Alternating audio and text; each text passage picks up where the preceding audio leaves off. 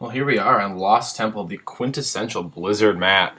Just a classic map in StarCraft 1, great map in Warcraft 3, and now also a great map in StarCraft 2, our orange Protoss, spawning in the top. Let's call it the top. He's just in the top, not the top right or left, just the top, because KOHO's on the left. That's how I'm going to call it today.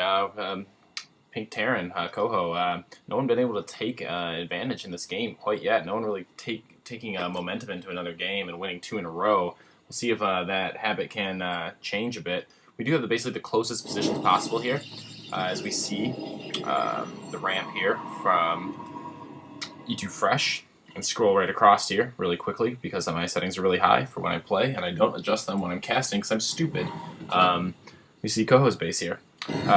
ETOOFRESH pushing out with the early scout. The scout seems a bit early to me. I'm not really sure what he's expecting to see. Maybe he just wants to check, make sure there's not like a barracks before supply depot going down, which could cause some problems. But for the most part, KOHO just playing really standard, changing up what he is building in each game. So I like that. But ETOOFRESH is able to scout really well, getting observers out. He's good about that. So he's been able to kind of know what KOHO has planned, with the exception of, I believe, Game 2, where he was just completely overrun by KOHO's force.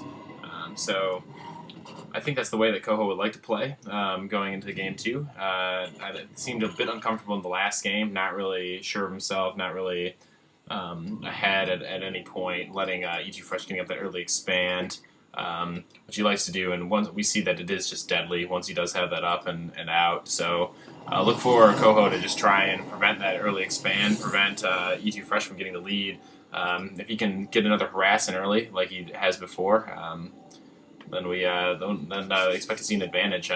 Maybe see another Banshee play, or even some early Hellions. I wouldn't mind seeing, just really early on. But as it stands, just comfortable getting a single Marine out, putting him out to scout over the ramp. Meanwhile, the probe trying to poke back in here. Single Zealot coming out for Protoss. I almost feel like you can skip that Zealot.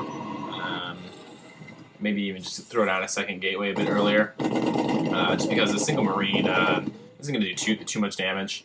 He knows that only the Marine is out, and he can always just get that Zealot a bit later, work on that economy. But again, I don't play Protoss, so who am I to say? If he feels more comfortable getting out that Zealot, more power to him. But definitely, the Zealot is almost necessary against Zerg. Against Terran, not so sure. Maybe even just a Sentry out first. Again, just saving that economy. Second gas going down already for ETOOFRESH. So perhaps trying to just do another early robotics push. Second barracks going down for KOHO. Going Marine Marauder once again. Pretty common to see a second Marauder coming out. Meanwhile, Orbital Command is up and producing SCVs like whoa. Staying on top of building supply depots. Scout still alive at the base, not seen by ETOOFRESH, so KOHO is going to kind of have his choice as to when to poke in here, and we'll see when he decides to do that. Meanwhile, pylons being spread out inside the base of ETOOFRESH wisely.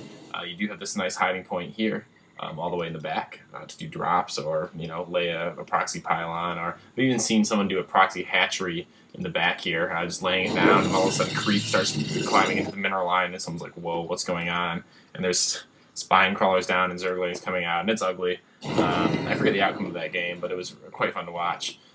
Look at that, just knowing just pull back far enough so that they can't be hit here.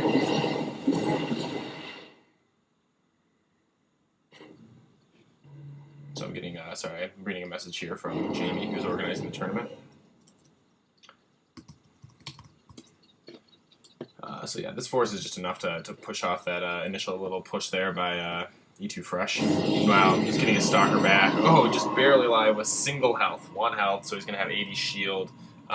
Great work there. Sorry I kind of missed that as I was dealing with some administrative duties.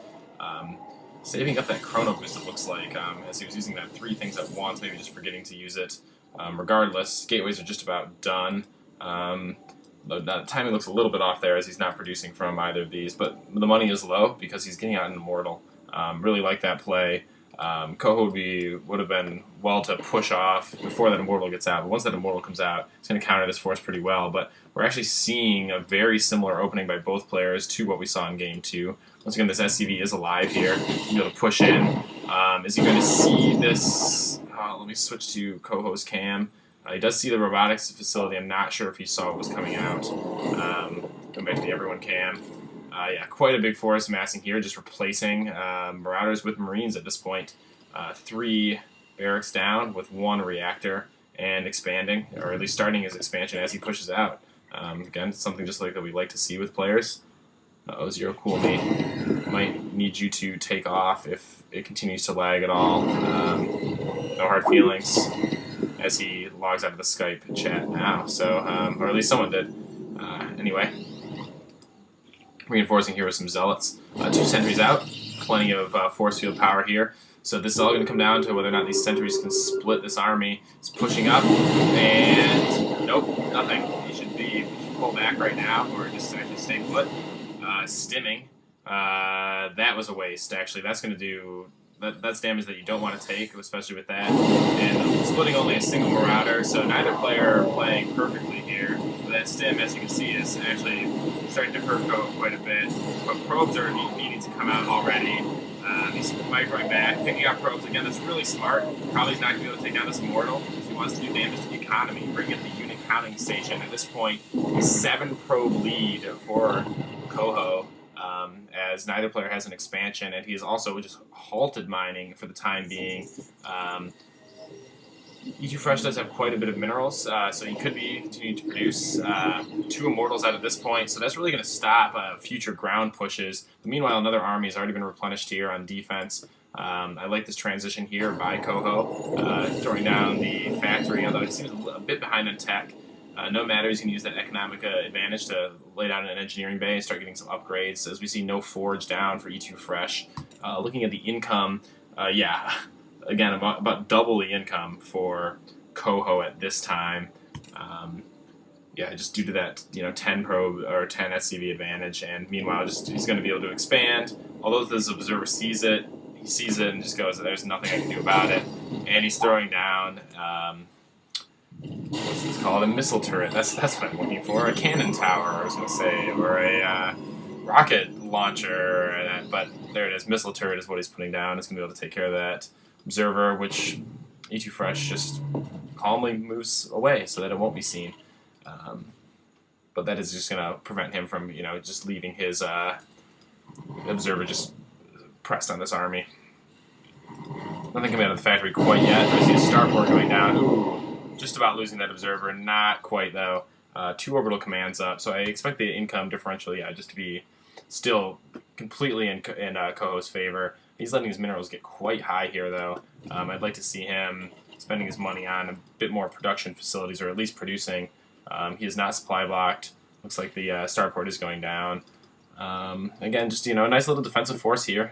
He can always just lay down some force fields and retreat into his base, preventing KOHO from pushing. It worked out perfectly for him last time, as KOHO had just stimmed as he tried to get through that force field, but was unable to. So yeah, both players again just playing really high-level play. He's got to be careful with this observer. It's a little bit close, takes 2 shots and it is down. That's 50 gas lost. Right as KOHO pushes out, bringing a single SCV along for the ride.